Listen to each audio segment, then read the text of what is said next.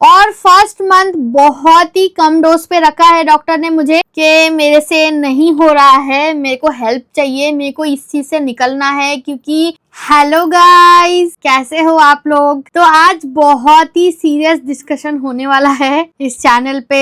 Basically मेरे life के बारे में ही बहुत ज्यादा सीरियस डिस्कशन होने वाला है।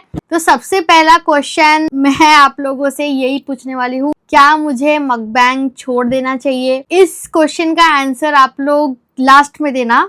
पूरी बात सुनने के बाद आप लोग डिसाइड करना कि इसका आंसर क्या होना चाहिए। तो गाइस, आज बहुत सारी चीजें मैं आप लोगों से शेयर करने वाली हूँ और जो मैंने टाइटल में लिखा हुआ है वो सच है, वो कोई झूठ नहीं है। तो उसी बारे में मैं आप लोगों से बात करने वाली हूँ। अभी करेंटली इस सिचुएशन में मेरी मेंटल हेल्थ बहुत ज्यादा खराब है। मैं हंस के बात कर रही हूँ, फिर भी I am not well mentally and physically भी। मैं बहुत ज्यादा परेशान हूँ और बहुत ज्यादा डिप्रेस्ड हूँ। ये चीज आज से नहीं है, कल से नहीं है। एक्चुअली ये चीज काफी दिनों से मेरे अंदर चल रही है।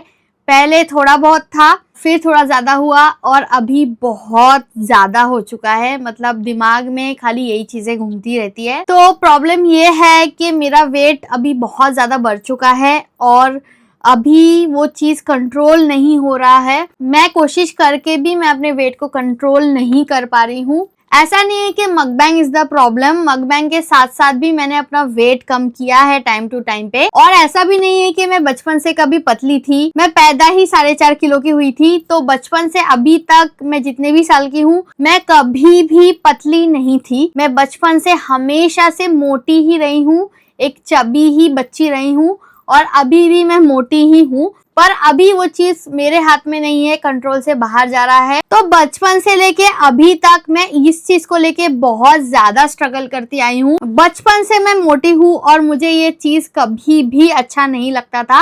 मतलब कॉन्स्टेंटली मेरे दिमाग में ये चीज हमेशा से चलता रहता था कि मैं मोटी हूँ, मैं मोटी हूँ, मैं क्यों मोटी हूँ और मैं पतली क्यों नहीं हूँ। और स्कूल में भी मैं बहुत ज्यादा बुली होती थी इस चीज को लेके। स्कूल जाने का मन नहीं करना और रात रात को रोना, ये तो मतलब कॉमन ही था मेरे लाइफ में। पर अब वो चीज मेरे दिमाग को बहुत ज्यादा अफेक्ट कर रहा है। मैं इस चीज को एक्सप्लेन नहीं कर सकती कि ये कैसी तकलीफ है। अभी भी मुझे रात को नींद नहीं आती है, सारी सारी रात मैं रोती रहती हूँ और कॉन्स्टेंटली पूरे दिन कॉन्स्टेंटली मेरे दिमाग में बस यही चलता रहता है कि मैं मोटी हूँ, मैं मोटी हो रही हूँ, मैं मोटी हो रही हूँ।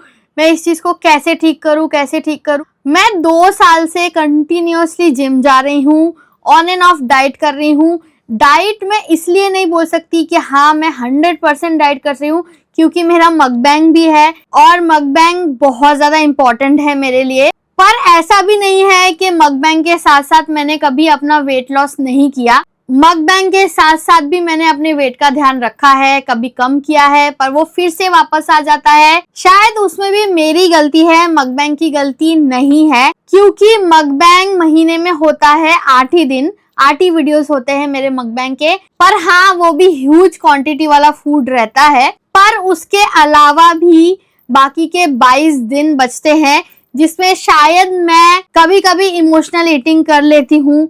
शायद यही मेरी गलती है। जब मैं स्ट्रेस में होती हूँ, बोर होती हूँ या फिर दुखी होती हूँ या फिर हैप्पी होती हूँ, तभी मुझे खाने का मन करता है और ये टोटली मेरा फॉल्ट है। अगर सिर्फ और सिर्फ मैं मकबैंग करती और बाकी के दिनों में एकदम हेल्दी खाती तो शायद आज मेरी हालत ऐसी नहीं होती। पर प्रॉब्लम ये नहीं है, प्रॉब्लम ये है कि अभी मेरा वेट स्टक हो चुका है। आप लोगों ने अगर नोटिस किया होगा, मैं इस चैनल पे काफी ज्यादा एक्टिव थी कुछ दिन पहले। जब मेरा वेट मैंने डाइट कर करके कम किया था, सबसे ज्यादा मेरा वेट था मेरे एंगेजमेंट के टाइम पे। आप लोग देख सकते हो वो वीडियो। उस टाइम पे मेरा वेट कम से कम 74 तक पहुंच चुका था। मेरे हाइट के हिसाब से काफी ज्यादा है। तो 4-5 महीने पहले तक मैंने अपना वेट को काफी कंट्रोल करने की कोशिश की थी। मेरा लास्ट वेट मैं 64 केजी तक आ चुकी थी। पर उसके बाद मुझे नहीं पता क्या हुआ, फिर से वो वेट गेन हो गया और अभी करेंटली आई एम 70 केजी। तो यही सबसे बड़ा कंसर्न है। और एक सबसे बड़ा कंसर्न है कि मुझे कंसीव करना है। मैं सोच रही हूँ प्रेगनेंसी कंसीव करने के लिए शायद इस ईयर या नेक्स्ट ईयर। तो ये भी सबसे बड़ा प्रॉब्लम है कि मैं अभी 70 केजी की हूँ और अगर मैंने कंसीव कर लिया इस वेट के साथ तो पता नहीं मेरा वेट और कितना बढ़ जाएगा और वो बहुत ज्यादा कॉम्प्लिकेटेड हो जाएगा मेरे लिए। और अभी मेरे परेशानी का ये भी बहुत बड़ा रीजन है कि मैं पहले डाइट करती थी, कंसिस्टेंटली डाइट करती थी तो मेरा वेट कम हो जाता था डाइट एंड एक्सरसाइज से।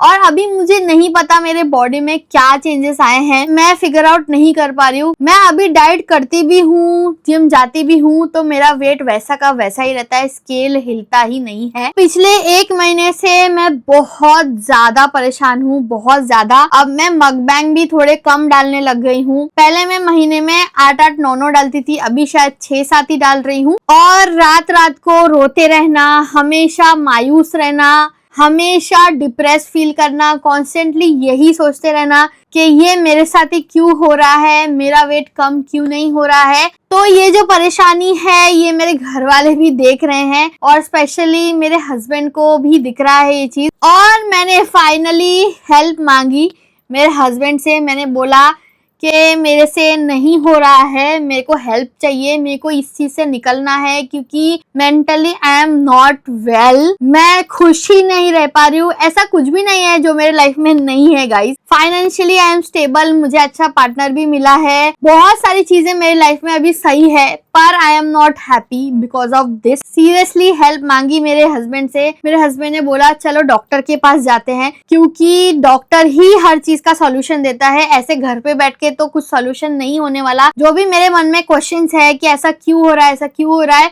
तो इसका आंसर सिर्फ और सिर्फ डॉक्टर ही दे सकता है। तो हम लोग गए डॉक्टर के पास और काफी अच्छे खासे ही हॉस्पिटल में गए, हम लोग वेल नोन हॉस्पिटल में गए। तो मैं फाइनली एंडोक्रिनोलॉजिस्ट के पास गई और उनके पास जाके मैंने सारी चीजें डिस्कस की और उन्होंने सबसे पहले मेरा BMI चेक किया और उन्होंने BMI चेक करने के बाद तुरंत मुझे बताया कि मैं क्लास 1 ओबीज हूँ क्योंकि मेरी हाइट 5 फीट है and I am 70 kg and मेरे बॉडी में काफी ज्यादा बैड फैट है।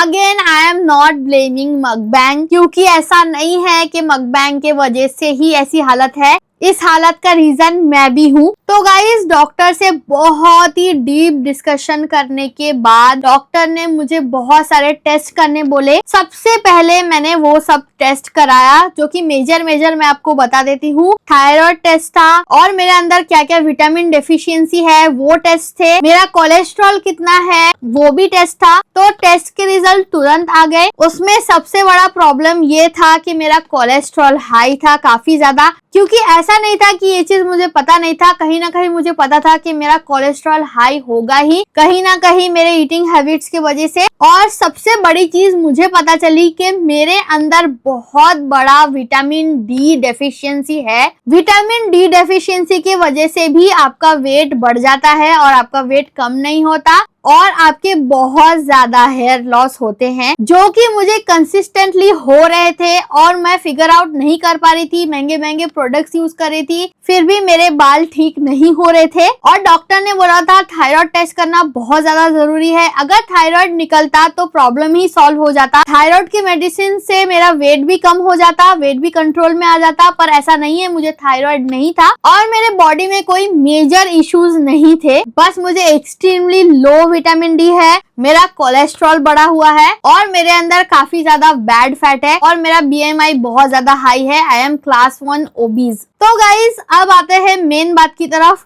तो मुझे डॉक्टर ने 4 ऑप्शंस दिए। तो सबसे पहला ऑप्शन था डाइट एंड एक्सरसाइज। डॉक्टर ने बोला चाहे दुनिया में कुछ भी हो जाए ये दोनों चीज आपको नहीं छोड़ना है, आपको एक्सरसाइज करते ही रहना है और अच्छा डाइट करना ही है। और सेकंड ऑप्शन था मेडिकेशंस जो कि है मुंजारो और ओजेम्पिक। तो उसके बारे में मैं थोड़ी देर बाद एक्सप्लेन करती हूँ। और थर्ड ऑप्शन था एंडोस्कोपी जो कि मैं सिंपल भाषा में एक्सप्लेन करती हूँ। 6 महीने के लिए मेरे बॉडी में एक बलून जैसी कोई चीज डाला जाएगा जिससे मेरा एपेटाइट कम हो जाएगा और मैं कम खाने लगूंगी। और लास्ट ऑप्शन था सर्जरी, मतलब फैट रिमूवल सर्जरी। तो डॉक्टर ने मुझे बोला थर्ड और फोर्थ ऑप्शन मेरे लिए जरूरी नहीं है क्योंकि मेरा वेट उतना भी ज्यादा नहीं है, जैसे कि 100 किलो या 120 किलो ऐसा नहीं है, बट हाँ मेरा वेट मेरे हाइट के हिसाब से काफी ज्यादा है। तो डॉक्टर ने मुझे फाइनली सजेस्ट किया मुंजारो के लिए, जो कि ये रहा गाइस। ये रहा मुंजारो। तो मुझे पता था कि ऐसी कोई चीज होती है, ऐसी कोई चीज मार्केट में है ओजेम्पिक, मुंजारो जैसी, पर मुझे ये नहीं पता था कि ये इंडिया में भी अवेलेबल है और मुझे इस चीज के बारे में इतना भी कुछ नॉलेज नहीं था। फर्स्ट ऑफ ऑल मैंने तो इमेजिन नहीं किया था कि डॉक्टर मुझे ये सजेस्ट करेंगे। मैं डॉक्टर से अपने प्रॉब्लम डिस्कस करने गई थी, पर डॉक्टर ने मुझे मुंजारो सजेस्ट किया और मुंजारो का मैंने फर्स्ट डोज ले लिया है। ऐसा नहीं है कि मैं बहुत दिन से ले रही हूँ या वेट लॉस करके आप लोग को बता रही हूँ, बिल्कुल भी नहीं। मैंने मुंजारो का फर्स्ट डोज कल ही लिया है और मुझे लगा कि मुझे आप लोगों से शेयर कर देना चाहिए। तो डॉक्टर ने मुझे बताया कि एक्सट्रीम स्टेप लेने की जरूरत नहीं है, आप पहले मेडिकेशन के थ्रू जाओ, और मुंजारो के बारे में बहुत ही ज्यादा डिटेल एक्सप्लेन किया है। और सबसे बड़ी बात कि मुंजारो मुझे ऐसे ही नहीं दे दिया डॉक्टर ने सबसे पहले मेरे सारे टेस्ट देखे, उसके बाद मुझे साइकोलॉजिस्ट के पास भेजा कि मैं साइकोलॉजिकली कितनी डिस्टर्ब हूँ इस चीज को लेके, और मेजर प्रॉब्लम और कुछ तो नहीं है। तो साइकोलॉजिस्ट के सेशंस हुए मेरे साथ। फिर मुझे डॉक्टर ने न्यूट्रिशनिस्ट के पास भेजा ताकि न्यूट्रिशनिस्ट मुझे एक्सप्लेन कर पाए कि अगर मेरा वेट लॉस हो भी गया इस चीज को लेके, विद डाइट एंड एक्सरसाइज वो चीज तो कॉम्प्रोमाइज नहीं कर सकते, फिर भी उसके बाद मेरा वेट वापस ना आ जाए, उसके लिए मुझे कंसिस्टेंटली लाइफ टाइम एक डाइट फॉलो करना पड़ेगा मेरे बॉडी के हिसाब से जो सही है। और साइकोलॉजिस्ट, न्यूट्रिशनिस्ट और डॉक्टर ने मिलके ये डिसाइड किया कि मुझे मुंजारो देना चाहिए। तो डॉक्टर ने मुझे मुंजारो प्रेस्क्राइब किया है और फर्स्ट मंथ बहुत ही कम डोज पे रखा है डॉक्टर ने मुझे। फर्स्ट मंथ वो ऑब्जर्व करेंगे कि अगर मुझे कोई मेजर साइड इफेक्ट हो रहे कि नहीं। साइड इफेक्ट्स जैसे नौशिया, लूज मोशन, कॉन्स्टिपेशन। तो अगर मुझे ये सब चीजें एक्सट्रीमली होने लगी तो 1 महीने बाद ये मेडिकेशन बंद हो जाएगा कम्प्लीटली। फिर मुझे कोई और रास्ता ढूंढना पड़ेगा या फिर मुझे लाइफ टाइम डाइट और एक्सरसाइज के भरोसे ही रहना पड़ेगा और होप करना पड़ेगा कि मेरा वेट ऐसे ही कम हो जाए, या फिर मुझे इसी बॉडी को एक्सेप्ट कर लेना पड़ेगा। और ये चीज कोई डॉक्टर ऐसे ही नहीं दे देता है, you have to be eligible for this. और डॉक्टर ने मुझे और भी बहुत सारी चीजें बताई है इस चीज के बारे में कि ये जो ड्रग है ये 10 to 20% लोगों पे ही काम करता है,